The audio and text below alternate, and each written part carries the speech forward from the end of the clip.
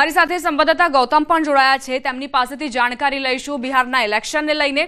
ગૌતમ, જે રીતે બિહારની ચૂંટણી એટલે પણ મહત્વપૂર્ણ, કારણ કે બિહાર એ એવું કેન્દ્ર છે જ્યાં રાજનીતિ ખૂબ જ જટિલ છે। તેને સમજવી હોય તો જાતિગત સમીકરણને વધારે સમજવું પડે।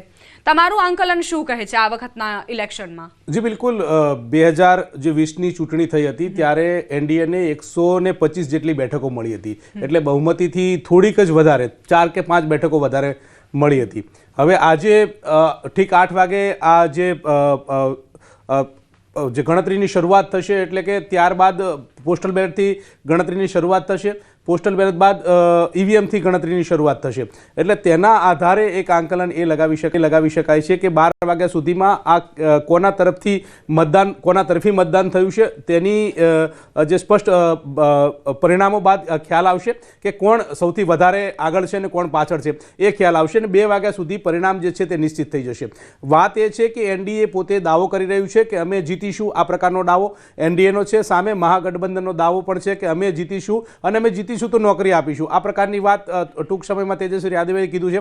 તેમણે કીધું કે ભાઈ હવે નોકરી રાજ આવશે, આ પ્રકારની વાત છે, કારણ કે આ સૌથી મહત્વનો મુદ્દો આ ચૂંટણીની શરૂઆત થઈ। ચૂંટણીની શરૂઆતની અંદર રોજગારનો મુદ્દો જે છે તે સૌથી વધારે હતો, એટલા માટે કે બિહારના લોકોને સ્થળાંતરિત કરવું પડતું હતું રોજગાર માટે થઈ, અને રોજગારની વાત સૌથી મોખરી હતી। પણ આ તમામ બાબતો વચ્ચે એક વાત એ ખેંચે છે કે મહિલાઓ જે છે તે કિંગ મેકર બનશે અહીંની, એટલા માટે કિંગ મેકર બનશે કારણ કે સૌથી વધારે મતદાન જો કોઈ કર્યું હોય તો મહિલા મતદારોએ મતદાન કર્યું છે। મહિલા મતદારોનો આંકડો જોઈએ તો 71% જેટલો મહિલા મતદાર છે। હવે આ અનુસંધાને 2 સમીકરણ લગાવી શકાય છે, એટલા માટે 2 સમીકરણ લગાવી શકાય છે કારણ કે એક વાત એ સામે આવી રહી છે કે લાડલી બહેનો યોજના જે છે મધ્યપ્રદેશની અંદર લાગુ કરી હતી અને તેના કારણે શિવરાજસિંહ ચૌહાણને સફળતા મળી હતી, મહિલા મતદારોનો ઝુકાવ જે છે તે જોવા મળ્યો હતો। આ ફોર્મ્યુલા સાથે મહિલા મતદારો જે છે તે હવે કોને મતદાન કરે છે અને કોના તરફી મતદાન કરે છે તે જોવાનું રહેશે। વાત એ પણ છે કે ગુજરાતમાંથી પણ વિશેષ જવાબદારી CR પાટીલને સોંપવામાં આવી હતી। CR પાટીલ અહીંયા સહ ચૂંટણી અધિકારી તરીકેની જવાબદારી કરી હતી,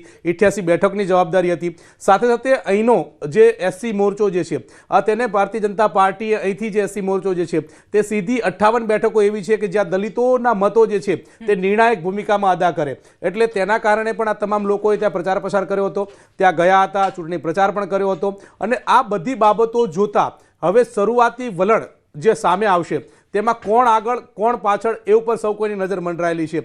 ત્યારે વાત એક જ છે કે મહિલા મતદારો જે છે તે કોને રીઝવશે। સામે જે પુરુષ મતદારો જે છે તેમાં યુવાનોને એક ખાસો એવો જુવાળ જોવા મળ્યો હતો, જ્યાં જુઓ ત્યાં યુવાનોની વાત હતી, એટલે કે આમ જોવા જઈએ તો આ પ્રકારની વાત છે।